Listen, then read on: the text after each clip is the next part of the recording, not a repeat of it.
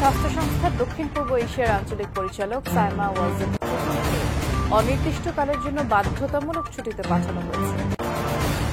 শেখ হাসিনার কন্যা সাইমা ওয়াজেদ পুতুলকে দীর্ঘকালীন একটা ছুটিতে পাঠানো হয়েছে।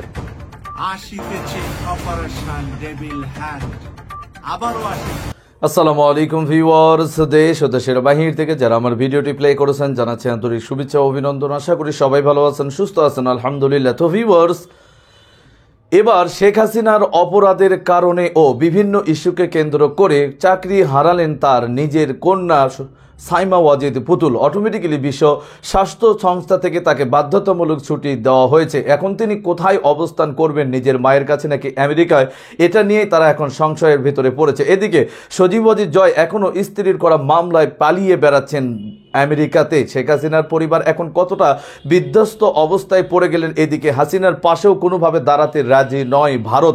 এখন কি করবে এই ফ্যাসিস্ট? আসুন বিস্তারিত জানবো রিপোর্টে। ভিডিওতে যাওয়ার আগে ছোট রিকোয়েস্ট করবো, যারা চ্যানেলটি সাবস্ক্রাইব করেনি সকল আপডেট সবার আগে জানতে অবশ্যই চ্যানেলটি সাবস্ক্রাইব করে পাশে রাখবেন। দর্শক আসুন স্ক্রিনে।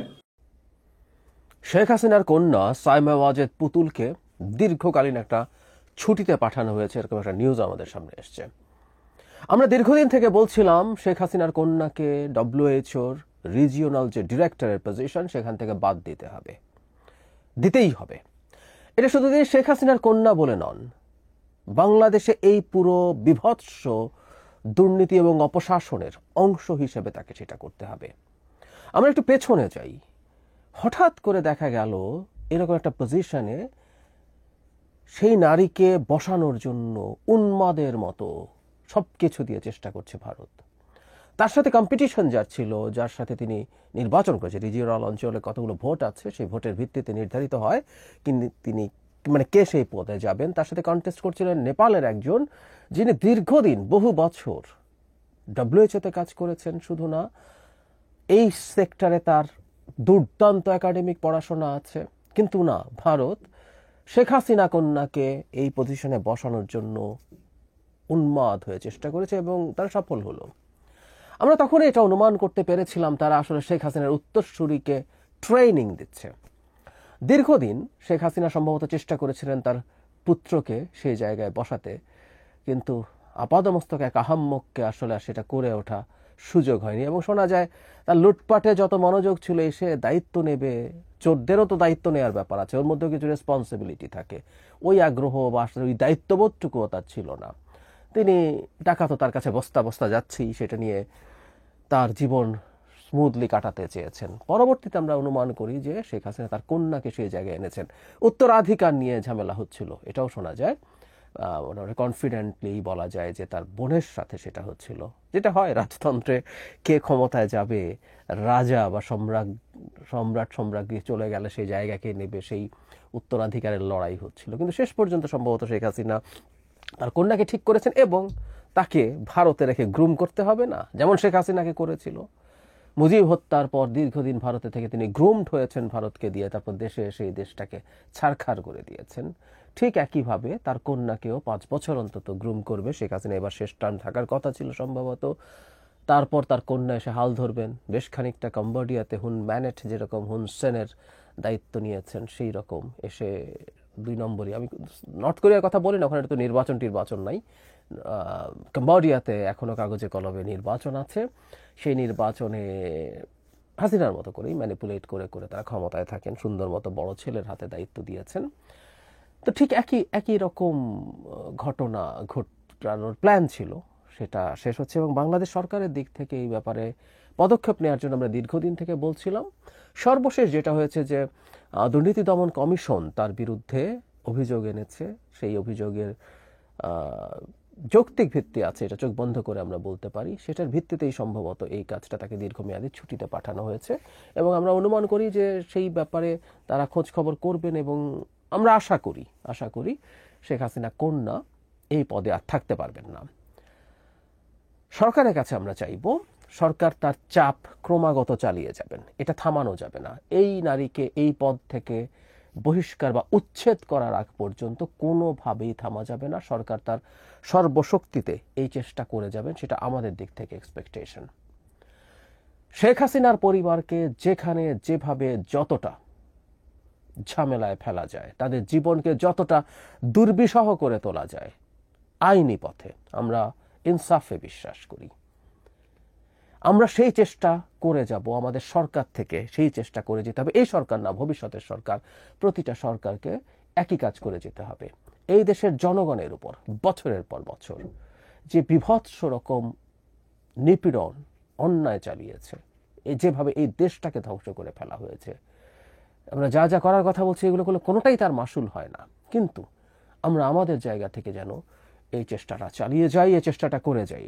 সাইমা ওয়াজেদ পুতুল কোনোভাবেই এই পদে যেন থাকতে না পারে। এছাড়া যদি না পারে সেটা আমাদের একটা বিজয় হবে, এবং শেখ হাসিনাদের মতো মানুষের কাছে এই ধরনের প্রতিটা পরাজয়ের গুরুত্বপূর্ণ সিম্বলিক ভ্যালু আছে। এবং এই পরাজয় শুধু শেখ হাসিনার না, এই পরাজয় ভারতেরও।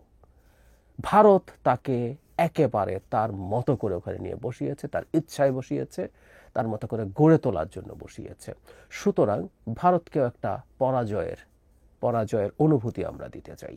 এই দেশের জনগণের ইচ্ছের বিরুদ্ধে নোংরামি, এটাকে আমি নোংরামি বলবো, ভারত যেন করার সাহস না পায়। তাদের সেটা শিক্ষা হবে কিনা জানি না, শিক্ষা হওয়ার সম্ভাবনা কম, তাদের প্রবণতা ভালো না। তারপর অন্তত আমরা শিক্ষাগুলো যেন এনশিওর করতে পারি, সেটা আমাদের খুব সিরিয়াসলি ভাবতে হবে, চেষ্টা করতে হবে। দর্শক, স্ক্রিনে আমরা সে সম্পর্কে বিস্তারিত জানলাম। এই বিষয়ে আপনাদের মতামত কমেন্টে জানান, কেউ ভিডিওটি স্কিপ করবেন না। শেখ হাসিনা এখন ভারতে অবস্থান করলেও ভারত সরকার কোনোভাবে শেখ হাসিনাকে আগামী পলিটিক্যালি শেল্টার দিতে যাচ্ছেন না। তাদের শেল্টারের অভাবেই আজ সাইমা ওয়াজেদ পুতুল বিশ্ব স্বাস্থ্য সংস্থা থেকে তিনি অবসর গ্রহণ করলেন। আরও কতটা পতন শেখ হাসিনার সামনে নিজে দেখবেন নিজেদের মাধ্যমে, বিস্তারিত আরো জানবো রিপোর্টে। আসিতেছে অপারেশন ডেভিল হ্যান্ড, আবারও আসিতেছে। এবার আওয়ামী লীগকে ধরার জন্য নয়, এবার আসিতেছে 11 মাসে যারা সন্ত্রাসী, চাঁদাবাজি আর দুর্নীতি করেছে তাদেরকে ধরার জন্য।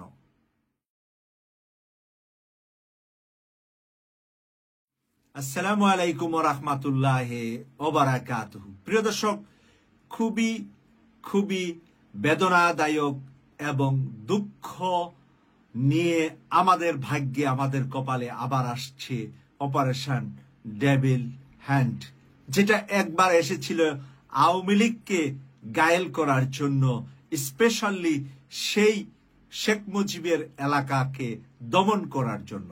কিন্তু তখন দমন করা হয়েছে শেখ মুজিবের আওলাদদেরকে, আর এবার দমন করা হবে অন্যদেরকে। অন্যরা কারা? আমি, আপনি, আমরা, আমাদের সাথী সঙ্গীরা, তারাই কি এবার টার্গেট অপারেশন ডেভিল হ্যান্ডের? এই বিষয়টা নিয়ে আমি কথা বলবো এই পর্বে। প্রিয় দর্শক, ডক্টর মোহাম্মদ ইউনূসের ধৈর্য এবং ওনার চেষ্টা, ওনার ভালোবাসা, মমতা যতটাই আমাদেরকে দিচ্ছেন ততটাই আমরা ওনার ঘাড়ে উঠে যাচ্ছি। আন্তর্জাতিক অঙ্গনের এই সুনামধন্য ব্যক্তিটা সুন্দর এই রাষ্ট্রটাকে যখন এগিয়ে নিয়ে যাচ্ছিলেন, আমাদের অনেক আন্তর্জাতিক বড় বড় চাপ থেকে রাষ্ট্রকে যখন রক্ষার জন্য উনি ব্যস্ত, ভারতের বিভিন্ন ধরনের বাংলাদেশের উপরে কূট চালগুলাকে যখন উনি একটা একটা করে ধ্বংস করে দিচ্ছেন, নরেন্দ্র মোদীর ঘুম যখন তিনি হারাম করে দিচ্ছেন, চায়না, তুরস্ক, পাকিস্তানের সাথে মিলে বাংলাদেশকে একটি নিরাপদ দেশ নয়, 1000 বছরের জন্য বাংলাদেশকে একটি সম্মানের আসনে নেওয়ার জন্য তিনি যে প্রচেষ্টা চালিয়ে যাচ্ছেন, সকল প্রচেষ্টা ধ্বংস করে দেওয়ার জন্য কাজ করে যাচ্ছে বাংলাদেশের ভিতরে যারা আগামীতে রাজনৈতিকভাবে রাষ্ট্র ক্ষমতায় নির্বাচিত হয়ে আসতে চান তারাই। এটা হতে পারে বিএনপি, হতে পারে জামাত, হতে পারে এনসিপি, হতে পারে অন্য কোনো দল। আওয়ামী লীগ এবং জাতীয় পার্টিও এ থেকে রক্ষা পাবে না। যে আওয়ামী লীগ এবং জাতীয় পার্টির কিছু কুলাঙ্গার ঢুকে পড়েছে অন্যান্য রাজনৈতিক দলে, আর সেই দলগুলাতে ঢুকে দেশের ভিতরে চালিয়ে যাচ্ছে অশান্তির একটার পরে একটা ঢেউ আসছে, আর প্রত্যেকটা ঢেউই খুব শান্ত নরম মেজাজে সময়গুলা অতিবাহিত করছেন ডক্টর মোহাম্মদ ইউনূস। ক্যামেরার সামনে, মিডিয়ার সামনে জাতির উদ্দেশ্যেও কোনো কথা বলছেন না তিনি, শুধু কলম দিয়ে এক লাইন লিখে দিচ্ছেন, আর সেই এক লাইন লেখাই যেন আমাদের জন্য আগামীতে একটি বড় মাপের ঢেউ আসবে ডক্টর মোহাম্মদ ইউনূসের মহাপরিকল্পনায় অপারেশন ডেভিল হ্যান্ড 2, যেটা ডেভিল হ্যান্ড 1 ছিল আওয়ামী লীগের জন্য, এবারে ডেভিল হ্যান্ড 2 থাকবে মুক্তিযোদ্ধাদের জন্য, 24-এর মুক্তিযোদ্ধাদের জন্য, যারা 24 সালে মুক্তিযুদ্ধ করে দেশ শাসন করেছিলেন, দেশকে ক্ষমতা আওয়ামী লীগ থেকে বের করে এনেছিলেন। তাদের মধ্য থেকেও অনেকে এই অপারেশন ডেভিল হ্যান্ড 2 এর মধ্যে পড়ে যাবেন, কারণ আপনারা এরই মধ্যে 11 মাসে বহু অন্যায়, বহু অপরাধ করেছেন। এবার আপনাদের কোনো দলীয় পরিচয় থাকবে না, থাকবে শুধু অপরাধীর পরিচয়। অপরাধী কে, তার বাবার নাম কে, তার ঠিকানা কি, টেকনাফ থেকে তেতুলিয়া, রূপসা থেকে পাথুরিয়া।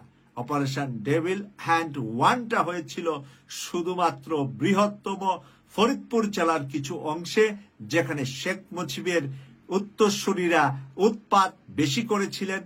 শেখ মুজিবের মেয়ে শেখ হাসিনা ভারতে পালিয়ে যাওয়ার পরে সেই উৎপাত আমরা দেখেছি, সেখানে সেনাবাহিনীর গাড়িতে আগুন, এই সমস্ত কিছুকে দমন করার জন্য অপারেশন ডেভিল হ্যান্ড 1 এসেছিল। আর এবার আসছে ডক্টর মোহাম্মদ ইউনূসের মর্যাদা নয়, রাষ্ট্রকে যখন তিনি পূর্ণ গঠন করছেন, রাষ্ট্রটিকে যখন এগিয়ে নিয়ে যাচ্ছেন, এই এগিয়ে নেওয়ার পথে যারা বাধা হয়ে দাঁড়াচ্ছেন, যারা সংস্কারে বাধা হয়ে দাঁড়াচ্ছেন, যারা সংবিধান পরিবর্তনে বাধা হয়ে দাঁড়াচ্ছেন, যারা রাষ্ট্রপতিকে পরিবর্তনে বাধা হয়ে দাঁড়াচ্ছে, তাদেরকে প্রস্তাব দেওয়া হয়েছিল জাতীয় সরকার গঠন করতে, সেখানেও তারা অস্বীকৃতি। নির্বাচন আর নির্বাচিত হয়ে একাই তারা দেশ শাসন করবে।